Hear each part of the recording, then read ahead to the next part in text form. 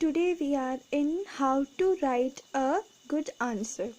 So हम आज बात करने वाले हैं कि यूपीएससी के पेपर के लिए किस तरीके से अच्छे आंसर लिखे जा सकते हैं।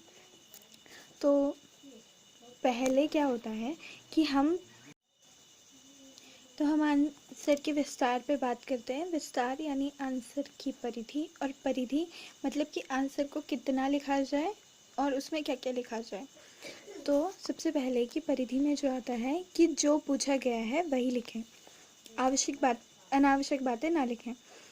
तो जितना पूछा गया है क्वेश्चन को अच्छे से पढ़ें और फिर ध्यान से सोचें कि उसमें क्या चीज़ पूछी गई है, और ऐसी चीज़ तो बिल्कुल ना लिखें जिसका कोई मतलब ना हो आंसर में, जो पूछा ही ना गया हो, क्योंकि उससे फिर आपका टाइम भी ख़राब होता है। और आंसर में जो बातें पूछी जाती हैं वो जो मेन पॉइंट्स होते हैं वो लिखे नहीं जाते हैं, बल्कि उसके जगह पे वो टाइम सारा ऐसी बातें ले लेती हैं जो अनइम्पॉर्टेंट होती हैं। देन फिर जो पूछा गया है उसमें से कुछ ना बचे। तो जो पूछा गया है उसमें से कुछ भी नहीं छूटना चाहिए, मतलब जो मेन पॉइंट्स हैं वो बिल्कुल नहीं छूटने चाहिए, और जो ऐसी बातें हैं जो नहीं पूछी गई हैं उनको लिखने की कोई ज़रूरत नहीं है। फिर नेक्स्ट आता है कि अनुपात या संतुलन। ठीक है, तो किस तरीके से कितना कितना क्या क्या लिखा जाए उस बारे में, कि बहुपक्षीय प्रश्न। ठीक है, अनुपात प्रश्न की मांग के अनुसार लिखें। तो बहुपक्षीय, जैसे अगर हमसे किसी चीज़ में हमारी राय पूछी जाती है, ठीक है, देखिए जैसे यहाँ पे देख सकते हैं कि किसी चीज़ में जब हमारी राय पूछी जाती है तो उस पर सिर्फ हर चीज़ को हम एक ही तरीके से नहीं देख सकते हैं, उसको अलग अलग पॉइंट ऑफ व्यू से देखना होता है। इस वजह से आप उस पर सकारात्मक टिप्पणी भी करेंगे और नकारात्मक टिप्पणी भी करेंगे। और जब आप दोनों तरीके से संतुष्ट हो जाएंगे कि आपका आंसर ठीक है, तो आप उसको वहीं पे रोक दीजिए। मतलब उसमें पहली बात कि आप उसमें वही पॉइंट्स लिखिए जो उसमें ज़रूरी हो और जो आपसे पूछे गए हों। दूसरी बात कि दोनों पक्ष रखें, सकारात्मक पक्ष भी रखें और नकारात्मक पक्ष भी रखें, या जो आपको लगता है कि आंसर में कुछ नई चीज़ें हैं। अब आंसर में ज़रूरत होती है परिमाण की। ठीक है, तो परिमाण क्या होता है हमारा, कि हमने कोई आंसर लिख तो दिया है लेकिन हमें उस आंसर को सही भी तो साबित करना है।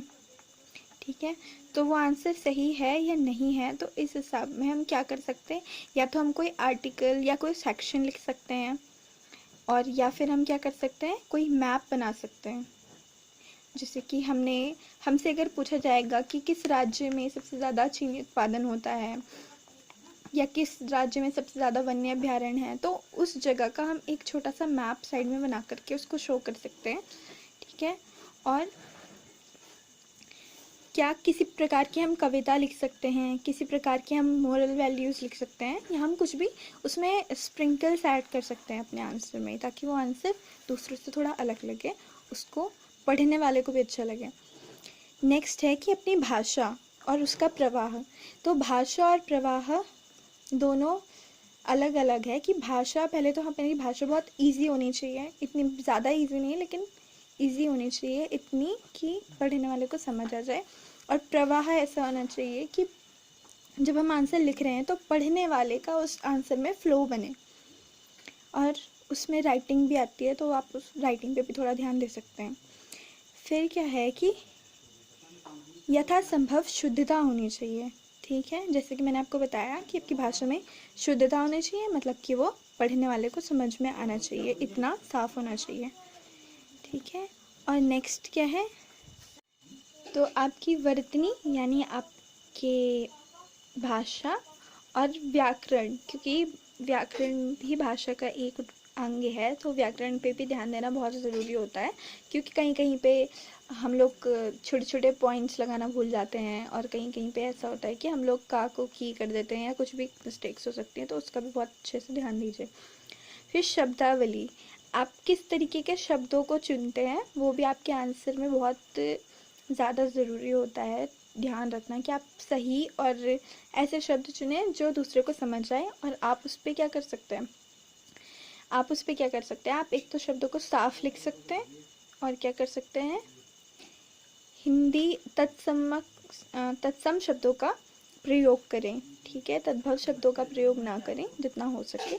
और अंग्रेज़ी शब्द भी लिख सकते हैं, जैसे कि अगर आपको कुछ लग रहा है कि ये कुछ ज़्यादा टिपिकल है या आपको समझ नहीं आ रहा कि इसको हिंदी में क्या बोलते हैं, तो आप कर सकते हैं कि आप उसको लिखें देवनागरी भाषा में और अंग्रेज़ी का वर्ड लिखें, लेकिन लिखें देवनागरी भाषा में, या फिर हिंदी में भी लिख दिया और आपको लग रहा है कि बहुत ज़्यादा टफ है या टिपिकल है कि एग्जामिनर को कभी कभी समझ नहीं भी आता है, तो आप ब्रैकेट में वहाँ पे इंग्लिश में उसको लिख सकते हैं जो उसका इंग्लिश है, या फिर आप ऐसे ही देवनागरी भाषा में उसको ब्रैकेट में इंग्लिश में भी लिख सकते हैं, जैसे भी आपको पसंद आए, ठीक है।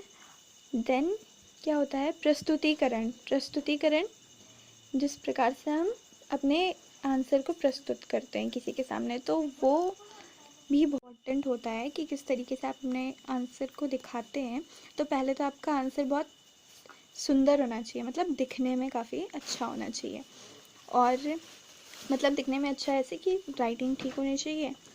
फिर दूसरा कि आपकी ज़्यादा अगर कोई चीज़ ख़राब हो जाती है या कहीं पे मिस्टेक हो जाती है हल्की सी, तो आप उसको ज़्यादा ना काटें, बस एक जस्ट 1 लाइन और कट करें और बस। एंड देन क्या कि पैराग्राफ्स होने चाहिए। अगर आप किसी नई बात को शुरू करते हैं या आपको लगता है कि ये थोड़ा इससे हटके है, या फिर जैसे कोई एग्जाम्पल वगैरह देते हैं, तो उसको अलग से लिखें। और क्या पेन का कलर भी बहुत मैटर करता है, इसलिए आप अपने पेन के कलर को या अपने पेन को कोई एक ऐसा पेन देख लीजिए जो आपको अच्छा लगे कलर में भी और आप उसके साथ कंफर्टेबल हो, तो काफ़ी सारे खरीद के रख लीजिए। फिर डायग्राम्स और मैप्स भी होने चाहिए आपके आंसर में, ताकि वो और अच्छा लगे। ठीक है, तो आज की वीडियो यहीं पे ख़त्म करते हैं। Thank you.